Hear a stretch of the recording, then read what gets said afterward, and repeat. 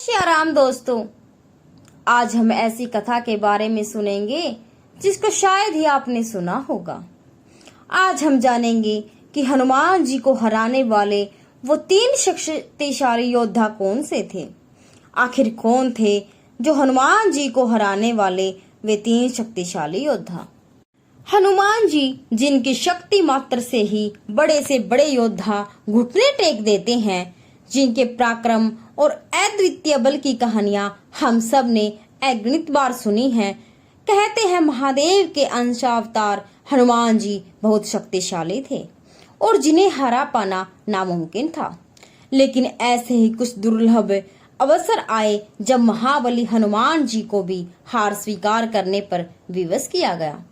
तो आखिर कौन थे वे 3 योद्धा जिन्होंने इस असंभव कार्य को भी संभव कर दिखाया।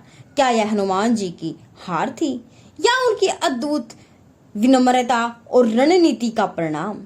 क्या हनुमान जी अपनी मर्जी से हारे थे? तो चलिए आइए विस्तार से जानते थे। आखिर कौन थे वे 3 योद्धा जो हनुमान जी पर हावी हो गए थे।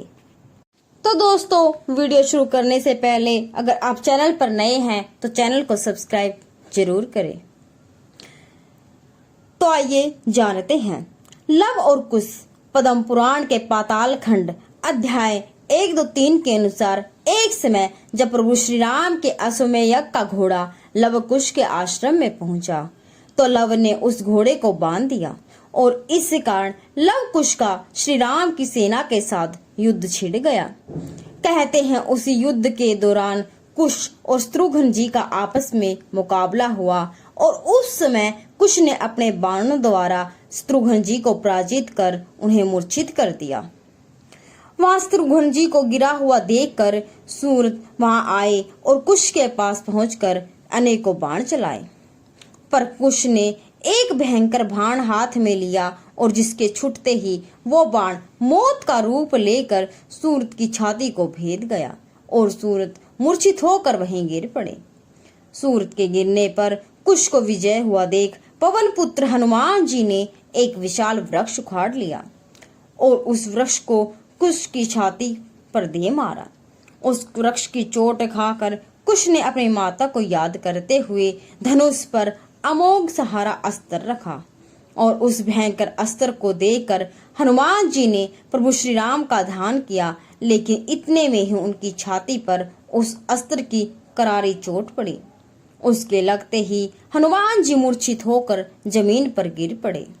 तत्पश्चात कुश ने वानरराज सुग्रीव को वृणुपाश में बांध दिया और इस प्रकार कुश ने सुग्रीव पर भी विजय उसी समय लव ने भी ली। पुष अंगद वीरमणि और अन्य राजाओं को हराकर रण में विजय पाई वे दोनों महाबली हनुमान जी और सुग्रीव को बांधकर आश्रम ले गए। जैसे ही वे दोनों भाई आश्रम में पहुंचे तो वहां देवी सीता ने हनुमान जी और वानरराज सुग्रीव को पहचान लिया और उन्हें छोड़ देने की आज्ञा देते हुए बोली, पुत्रों, ये दोनों बड़े वीर और महाबलवान हैं। ये वीर हनुमान जी हैं जिन्होंने रावण की पूरी लंका को भस्म कर दिया था। माता सीता ने कहा, पुत्रों, तुमने महान अश्व को पकड़ा है, उनके वीरों को मार गिराया और इन दोनों कपीश्वर को भी बांध लिया है। यह सब अच्छा नहीं हुआ। वीरों, तुम नहीं जानते यह तुम्हारे पिता का ही घोड़ा है। जाओ उस अश्व को खोल दो और इन दोनों वीरों को भी छोड़ दो। और इसके बाद भगवान श्री राम और लव कुश की भी भेंट हुई थी। अब बात करते हैं नंबर 2 मौजूद शक्तिशाली योद्धा। वो कोई और नहीं बल्कि भरत थे। रामचरितमानस लंका कांड अध्याय 180 के अनुसार जब लक्ष्मण जी को रावण के पुत्र इंद्र जी ने गंभीर रूप से घायल कर दिया था, तब उनके उपचार के लिए संजीवनी बूटी की आवश्यकता पड़ी।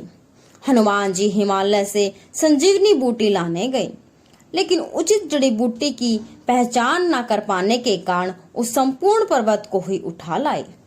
जब वह पर्वत को लेकर आकाश मार्ग से अयोध्या के ऊपर से उड़ रहे थे, तब भरत ने उन्हें राक्षस समझकर उन पर बाण चला दिया और वह बाण लगते ही हनुमान जी राम राम का उच्चारण करते हुए मूर्छित होकर पृथ्वी पर गिर पड़े। राम नाम सुनकर भरत जी हनुमान जी के पास आए और हनुमान जी को जगाने का प्रयास किया, लेकिन वह फिर भी नहीं जागे। यह देखकर भरत जी का मुख उदास हो गया और तभी वह मन से बोल पड़े कि यदि युवराज जी मुझ पर प्रसन्न हो तो यह वानर पीड़ा से रहित हो जाए। और यह वचन सुनते ही हनुमान जी जय श्री राम करते हुए उठ बैठ गए। तब भरत जी ने हनुमान जी को हृदय से लगा लिया और इसके बाद जब हनुमान जी ने उन्हें सारा वृत्तांत बताया तो भरत जी और भी ज्यादा विचलित और दुखी हो गए। उन्हें तब बहुत बड़ा पश्चाताप हुआ। तब मन में धीरज धर कर भरत जी हनुमान जी से बोले, हनुमान, तुमको जाने में देरी होगी और सवेरा होते ही काम बिगड़ जाएगा, इसलिए आप पर्वत सहित मेरे बाण पर चढ़ जाओ और मैं आपको वहां भेज दूंगा जहाँ श्री राम है। भरत की बात सुनकर एक बन तो हनुमान जी के मन में भी अभिमान उत्पन्न हुआ कि मेरे बोझ से बाण कैसे चलेगा, किंतु फिर श्री राम के प्रभाव का विचार करके वो भरत जी के चरणों की वंदना करके हाथ जोड़कर बोले कि हे नाथ, मैं आपका हृदय में रखकर तुरंत चला जाऊंगा। ऐसा कहकर आज्ञा पाकर हनुमान जी वहां से प्रस्थान कर गए। और इसके बाद तो आप जानते ही हैं कि किस तरह हनुमान जी ने लक्ष्मण जी की जान बचाई। लेकिन अब बात करते हैं नंबर 3 पर मौजूद योद्धा, जो देवताओं से भी अधिक शक्तिशाली था, जिसने स्वर्ग के राजा इंद्र को भी हराया था। वो कोई और नहीं बल्कि इंद्रजीत यानी मेघनाथ था। रामचरितमानस लंका कांड के अनुसार हनुमान जी जब अशोक वाटिका को तहस नहस कर दिया और वहां उपस्थित बहुत से सैनिकों को मार दिया, जब उसकी सूचना रावण को मिली तब उसने अपने सबसे शक्तिशाली सेनापति जाम्बली और बाद में अपने पुत्र अक्षय को भेजा, पर वो दोनों भी हनुमान जी के हाथों मारे गए। इसके बाद रावण ने अपने शक्तिशाली पुत्र मेघनाथ को अशोक वाटिका में भेजा। अब दोनों अति वेगवान महाबली हनुमान जी और रावण पुत्र इंद्रजीत आमने सामने थे। मेघनाथ ने हनुमान जी पर कई सारे शक्तिशाली तीरों की वर्षा कर दी, पर हनुमान जी की गति बाणों से भी अधिक तीव्र थी और अपने शरीर की इच्छा अनुसार ढाल लेने की वजह से कोई भी बाण उनके शरीर को भेद नहीं पाया और वह सभी बाणों से बच निकल गए। इसके बाद मेघनाथ ने अपनी सारी मायावी शक्ति, अपनी तांत्रिक विद्या और अपने सारे अस्त्र शस्त्र उन पर चलाकर देख लिए, पर जब सब विफल हो गए, मेघनाथ ने हनुमान जी के विषय में सोचा कि इन्हें किसी तरह तो कैद कर लेना चाहिए। फिर तो मेघनाथ ने हनुमान जी को लक्ष्य करके अपने धनुष पर ब्रह्मा जी के द्वारा दिया हुआ ब्रह्मास्त्र संज्ञान दिया और उस अस्त्र से हनुमान जी को बांध लिया। मेघनाथ द्वारा उस अस्त्र से बांध लिए जाने पर हनुमान जी पृथ्वी पर गिर पड़े और उस ब्रह्मास्त्र को देखकर हनुमान जी को पितामह ब्रह्मा से मिले हुए वरदान की याद आ गई, जिसके अनुसार ब्रह्मा जी ने उन्हें वर दिया था कि मेरा अस्त्र कभी तुम्हारा बाल भी बांका नहीं कर पाएगा। फिर हनुमान जी सोचने लगे कि मुझे भगवान ब्रह्मा के सम्मान में इस अस्त्र बंधन का अनुसरण करना चाहिए। इसीलिए हनुमान ने उस अस्त्र में अपने आप को बंधा रहने दिया। हनुमान जी विचार करने लगे कि राक्षसों द्वारा पकड़े जाने से भी मुझे लाभ ही होगा, क्योंकि इसे मुझे राक्षस राज रावण के साथ बातचीत करने का अवसर मिलेगा। इस तरह हनुमान जी राक्षस राज रावण के पास पहुंच गए। कई लोग यह मानते हैं कि मेघनाथ ने हनुमान जी को पराजित कर दिया, पर अगर आप वाल्मीकि रामायण के इस वृतांत को पढ़ेंगे तो जानेंगे कि हनुमान जी को मेघनाथ का कोई भी अस्त्र बांध नहीं पाया था। वे स्वेच्छा से यानी अपनी मर्जी से ब्रह्मा जी का मान रखने के लिए उस अस्त्र के बंधन में बंधे थे और रावण के समक्ष भी उन्होंने यही कहा था कि इस समय बेशक मैं इस बंधन में बंधा हूँ, पर मुझे कोई भय नहीं है, क्योंकि ब्रह्मा जी और देवराज इंद्र और वायुदेव का मुझे वरदान प्राप्त है और बंधे रहने में मुझे लाभ था, क्योंकि तुमसे मिलने का अवसर मैं गंवाना नहीं चाहता था।